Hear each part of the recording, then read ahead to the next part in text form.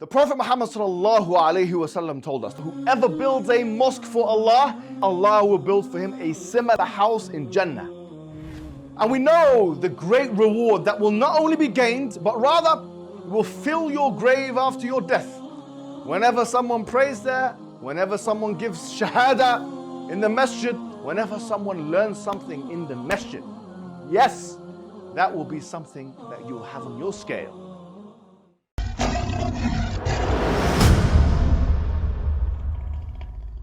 Assalamu alaikum wa rahmatullahi wa barakatuh. How are you guys doing? It's been a long time since I've addressed you from this very prestigious location next to these two chumps on my left. These are two failures, abject failures. I'm here that you can't see, and it's a good thing. But I recently came across a video. Joe Rogan was having a conversation with Tucker Carlson and two figures who are no doubt big figures in the conservative world and also in American culture generally. They were talking about God and they were talking about AI. I found it interesting. Let's take a look at this and come back and respond in kind. And better versions of itself. Where does that go?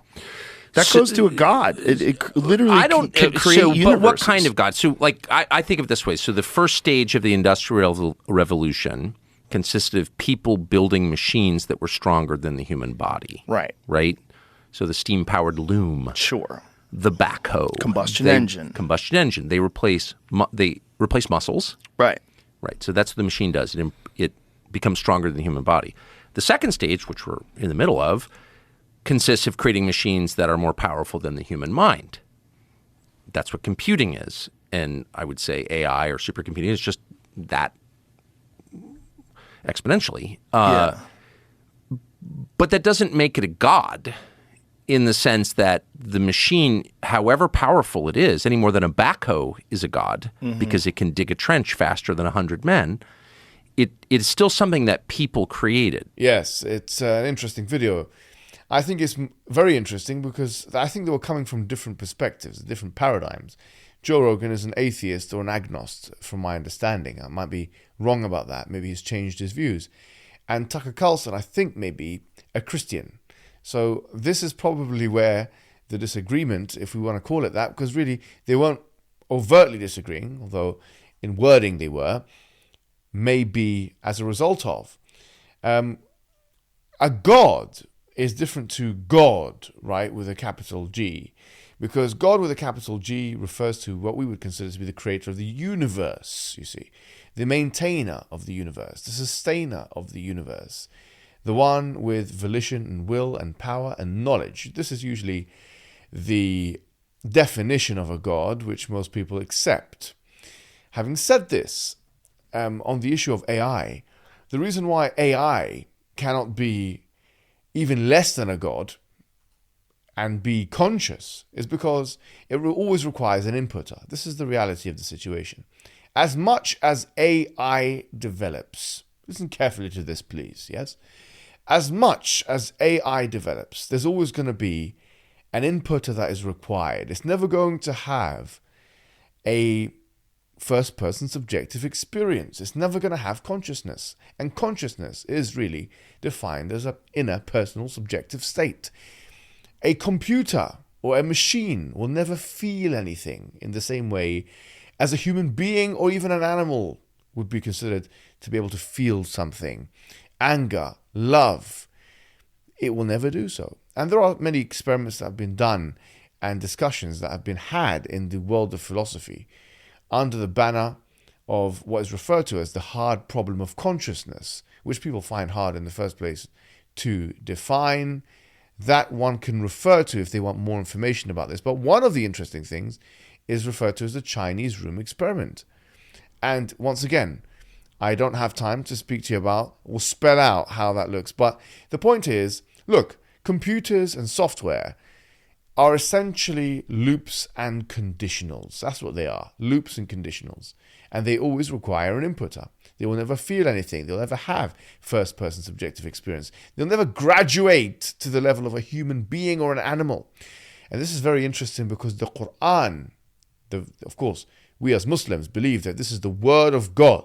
This is the communication and the revelation from God Almighty to human beings on this planet Earth for the guidance of human beings, states the following. It says, إِنَّ الَّذِينَ تَدَعُونَ مِن دُونِ اللَّهِ لَن يَخْلُقُوا ذُبَابًا وَلَوْ اجْتَمَعُوا لَهُ. That all of those who you worship aside from God will not be able to create even a fly. And even if you come together, and if you think about this, the parable of the fly, the example of the fly, the similitude of the fly, the fly is a living creature, something with life, something which can be considered or inferred to have first-person subjective experience. AI can never reach that level. The Qur'an is already telling us this. It will never reach that level. Now, that's not to say that AI, like Tucker Carlson was alluding here, will not reach very high levels and ChatGPT and all those kind of things and robots and people have this kind of thing and cars, self-driving cars, maybe self-driving planes, whatever it may be. But there are always going to be limits to that which human being creates. And the first and final limit is that human being will always have to create from a material that was already put in place by God. And moreover, that anything that is done by human will be credited, or God will be given the credit for that, because he's the ultimately responsible one for all things anyone other than him does, being the ultimate one. Having said this, I hope that Joe Rogan realizes the preposterous nature of believing that there is not a foundational entity that brought rise to all that exists and that which all that exists depends upon. And I hope that Tucker Carlson also realizes that the same argument that he applied to AI can be applied to his idea of Jesus as being God. The same limitations that AI have to being God are the same that anything else would have. That's why Islam is the religion of truth. I invite you both to it, Tucker and Joe.